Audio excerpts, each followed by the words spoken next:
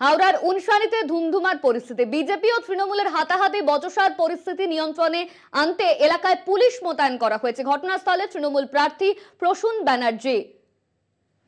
হাওড়ায় উত্তপ্ত পরিস্থিতি, তৃণমূল ও বিজেপির মধ্যে হাতাহাতির পরিস্থিতি, সেই ছবি আপনাদের দেখাচ্ছি। হাওড়ার উনসানির ঘটনা। হাওড়ার উনসানিতে ধুমধুমার পরিস্থিতি, বিজেপি ও তৃণমূলের মধ্যে হাতাহাতি বচসার পরিস্থিতি তৈরি হয়।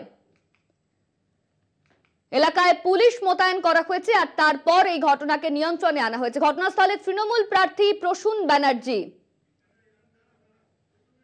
সেই ছবি আপনাদের দেখাচ্ছি। ঘটনাস্থলে রয়েছেন তৃণমূল প্রার্থী প্রসূন ব্যানার্জি। তৃণমূল এবং বিজেপির মধ্যে হাতাহাতির পরিস্থিতি। হাওড়ার উনসানির ঘটনা, সেখানে ধুমধুমার পরিস্থিতি তৈরি হয়। বিশাল পুলিশ বাহিনী মোতায়েন রয়েছে। এখন সেই ছবি আপনাদের দেখাচ্ছি।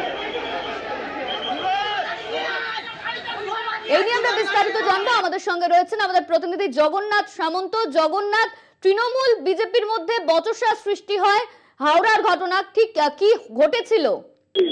দেখো, তোমাকে বলে রাখি, বিজেপি প্রার্থী রতিন চক্রবর্তী এই উলসানি ষষ্ঠীতলা আশঙ্কা একটা খবর ছিল ক্যাম্প অফিস ভাঙচুর হয়েছে।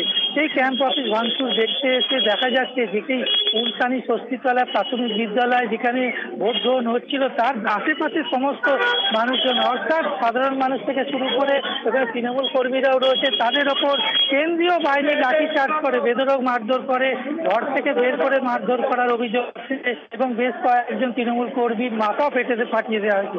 সেই ঘটনাতেই সূত্রপাত এবং বিজেপি তৃণমূলের মধ্যে সংঘর্ষ বেড়ে যায়। দুপক্ষেরই বেশ কয়েকজন আহত হয়েছে। তৃণমূলের ক্যাম্প অফিস যেরকম ভাঙচুর হয়েছে, পাশাপাশি বিজেপি ক্যাম্প অফিসও ভাঙচুর করা হয়েছে।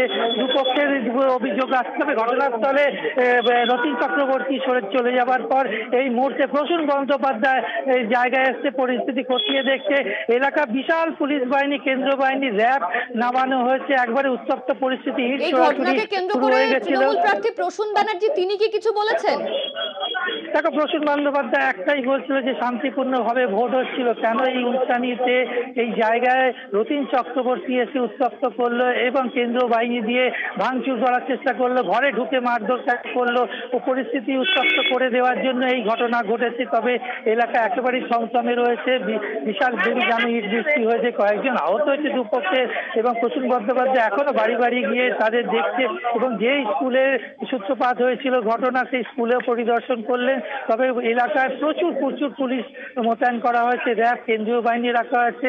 একটাই উস্কানিমূলক কথাবার্তা এবং রতিন চক্রবর্তী ঢুকে কেন্দ্রীয় বাহিনী দিয়ে বাড়ি বাড়িতে গিয়ে বের করে এনে লাঠিচার্জ করা, মারধর করার এই উত্তপ্ত পরিস্থিতি তৈরি হয়েছে। তবে এখনো প্রসূন বন্দ্যোপাধ্যায় এলাকায় রয়েছে। ধন্যবাদ তোমায়। আমাদের সঙ্গে ছিলেন আমাদের প্রতিনিধি জগন্নাথ সামন্ত। উত্তপ্ত হাওড়া ভোট কেন্দ্রের পাশেই ধুমধুমার পরিস্থিতি তৈরি হয় হাওড়ায়।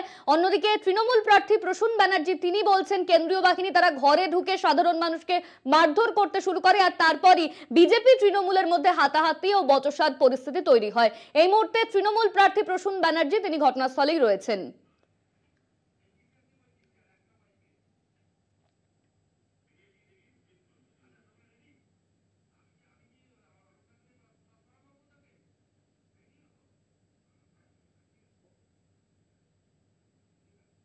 হাওড়ার উনসানিতে ধুমধুমার পরিস্থিতি।